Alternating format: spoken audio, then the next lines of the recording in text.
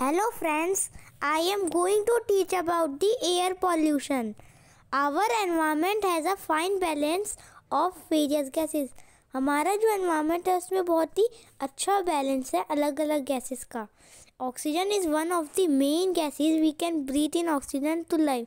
इनमें से ऑक्सीजन सबसे मेन गैस है जिससे हम सांस लेते हैं. The mixing of harmful gases and other particle in the air is called air pollution. जब हम हार्मफुल गैसेस और अदर पार्टिकल्स एयर में मिक्स करते हैं तो उसे हम एयर पोल्यूशन कहते हैं.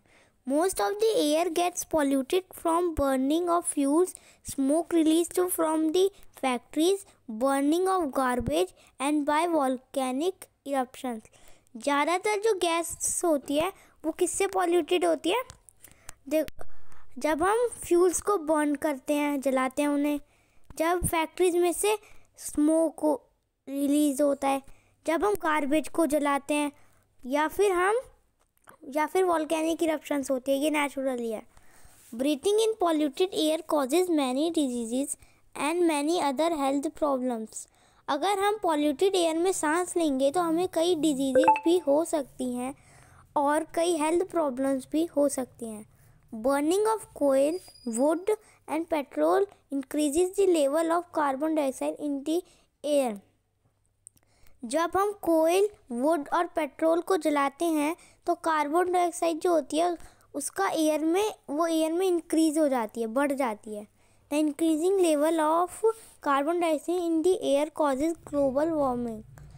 और अगर इसका लेवल बढ़ता गया कार्बन डाइऑक्साइड का, इसके लेवल बढ़ने से ग्लोबल वार्मिंग होती है. Sometimes smoke combines with fog and form smoke. कई बार क्या होता है, जो स्मोक होता है वो फॉग के साथ मिल जाता है और वो SMOG स्मोक बन जाता है.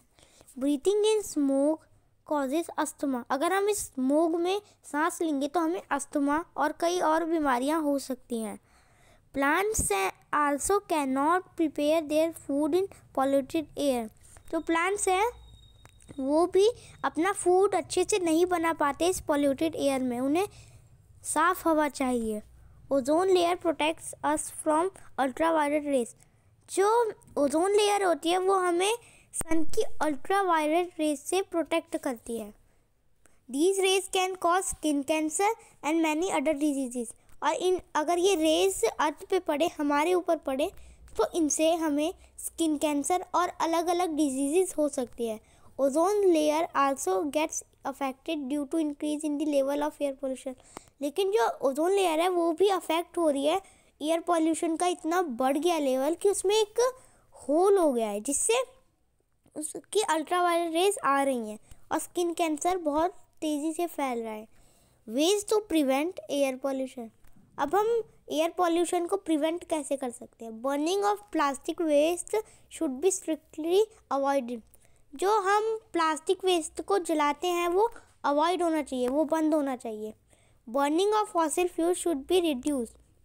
जो फॉसिल फ्यूल्स जलाते हैं उसे कम से कम जलाना चाहिए, बहुत कम. रिड्यूस बर्निंग ऑफ कोयल, पेट्रोल, वुड एट्सेट्रा. और बहुत कम हमें कोयल, पेट्रोल, वुड और ऐसी चीज़ों को जलाना चाहिए. ये नहीं है कि बिल्कुल मत जलाओ, लेकिन बहुत कम जलाओ. Use CNG vehicles. हमें CNG व्हीकल्स यूज़ करने चाहिए, इससे पॉल्यूशन नहीं होता. Plant more and more trees. हमें ज़्यादा से ज़्यादा ट्रीज़ लगाने चाहिए क्योंकि जो ट्रीज़ होते हैं वो हार्मफुल एयर जो होती है वो खुद ले लेते हैं और हमें अच्छी एयर दे देते हैं. Thank you friends, have a nice day.